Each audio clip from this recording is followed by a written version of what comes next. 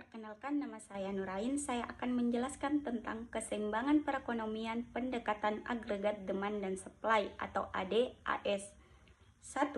Pasar tenaga kerja. Secara sederhana, pasar tenaga kerja adalah tempat di mana pencari kerja dan calon karyawan berinteraksi dan berhubungan dengan perusahaan yang membutuhkan sumber daya manusia untuk mencapai tujuan mereka. Penawaran dan permintaan tenaga kerja adalah dua kekuatan utama di pasar tenaga kerja. Perusahaan atau produsen menyediakan permintaan tenaga kerja dan pekerja menyediakan tenaga kerja. Karena ketidakseimbangan penawaran dan permintaan tenaga kerja di pasar tenaga kerja, lapangan kerja jangka panjang muncul. Di pasar tenaga kerja, ketidakseimbangan terjadi ketika penawaran tenaga kerja lebih besar daripada permintaan tenaga kerja. Pengangguran muncul sebagai akibat dari golongan kerja dengan permintaan rendah. 2. Kurva agregat supply. Hubungan penawaran agregat atau agregat supply AS adalah hubungan antara jumlah barang dan jasa yang ditawarkan dan tingkat harga. Ini terjadi karena perusahaan yang menawarkan barang dan jasa memiliki harga yang kaku dalam jangka pendek, tetapi harga yang fleksibel dalam jangka panjang. Terdapat dua kurva penawaran agregat yang berbeda. Yang pertama, penawaran agregat jangka pendek. Faktor-faktor yang mempengaruhi adalah kekakuan harga, kekakuan upah, dan kekakuan persepsi. Kurva penawaran memiliki kemiringan yang positif.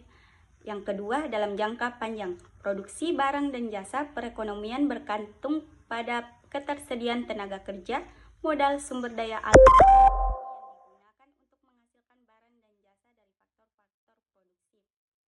Faktor yang mempengaruhi perpindahan kurva AS. Perpindahan kurva AS ke atas atau ke kiri. Harga bahan mentah meningkat atau biaya lain meningkat. Apabila biaya bahan mentah bertambah, maka dengan sendirinya biaya produksi perusahaan akan semakin meningkat, yang menyebabkan perusahaan akan menawarkan sejumlah produksi tertentu pada tingkat harga yang lebih tinggi. Kenaikan upah tenaga kerja dalam konteks ini adalah kenaikan yang berlaku pada setiap tingkat penggunaan tenaga kerja. Kenaikan upah tenaga kerja akan meningkatkan biaya produksi. Kedua, perpindahan kurva AS ke bawah atau ke kanan. Perkembangan teknologi. Perkembangan teknologi dapat menyebabkan sejumlah output dikeluarkan atau pada jumlah biaya yang sama, output yang dikeluarkan bertambah banyak. Perkembangan teknologi dapat berlaku pada perusahaan yang menghasilkan barang jadi dan secara langsung menurunkan biaya produksi. Perkembangan infrastruktur.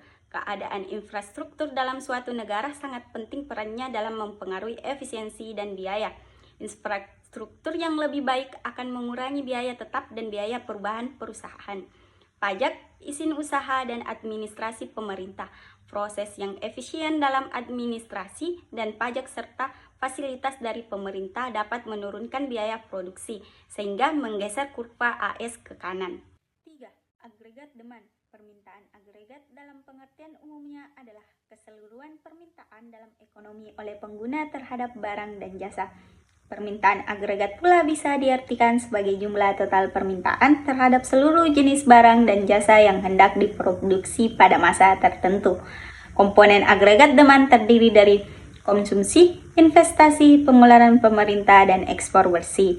Adapun faktor-faktor yang mempengaruhi agregat demand yaitu perubahan suku bunga, tingkat pendapatan dan kesejahteraan masyarakat, perubahan ekspektasi inflasi, dan perubahan nilai tukar mata uang. Adapun rumus permintaan agregat yaitu C tambah I tambah G tambah NX, di mana C adalah pengeluaran konsumsi, I adalah pengeluaran investasi, G adalah belanja pemerintah, dan NX adalah ekspor bersih.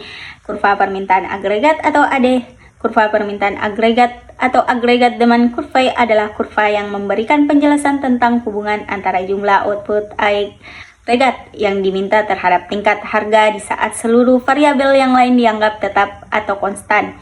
Ada dua cara untuk menurunkan kurva permintaan agregat, yaitu dengan pendekatan teori jumlah uang dan didasarkan pada pengujian perilaku. 4. Keseimbangan ADAS. Pada gambar di samping saya, adapun penjelasannya yaitu kedua nilai keseimbangan ini dapat berubah jika terjadi perubahan pada kurva permintaan agregat dan kurva penawaran agregat. Pergeseran kurva permintaan agregat dapat terjadi melalui mekanisme kebijakan moneter dan kebijakan fiskal. Sementara pergeseran kurva AS dapat terjadi akibat perubahan teknologi, upah, jumlah, dan kualitas tenaga kerja dan regulasi ketenagakerjaan. Misalkan terjadi peningkatan investasi maka akan menggeser kurva AD ke kanan. Kurva AD bergeser dari AD0 ke AD1. Akibatnya pendapatan nasional akan meningkat dan ini juga menyebabkan harga barang secara umum mengalami peningkatan atau overheating ekonomi. 5. Tenaga kerja dan upah dalam perspektif Islam. Dari sudut pandang ekonomi Islam, kerja berarti segala ikhtiar atau upaya anggota tubuh atau pikiran untuk memperoleh imbalan yang memadai atau yang sesuai dengan apa yang dilakukannya. Dalam ekonomi Islam, tenaga kerja dilihat sebagai salah satu aset yang penting dalam mencapai kesejahteraan masyarakat. Upah dalam agama Islam adalah sesuatu yang harus dibayarkan atau diberikan kepada pihak yang berhak menerimanya sebagai bentuk jaminan dan penghargaan atas apa yang telah dilakukannya terhadap pemberi upah. Upah dalam perspektif ekonomi Islam harus adil sesuai dengan kontribusi dan kualitas kerja dan memenuhi kebutuhan hidup pekerja. Prinsip keadilan, musyawarah, dan kesepakatan ditegakkan dalam penetapan upah. Itulah tadi penjelasan dari saya terkait dengan keseimbangan perekonomian pendekatan agregat demand dan supply atau ADAS. Lebih kurangnya mohon dimaafkan. Assalamualaikum warahmatullahi wabarakatuh.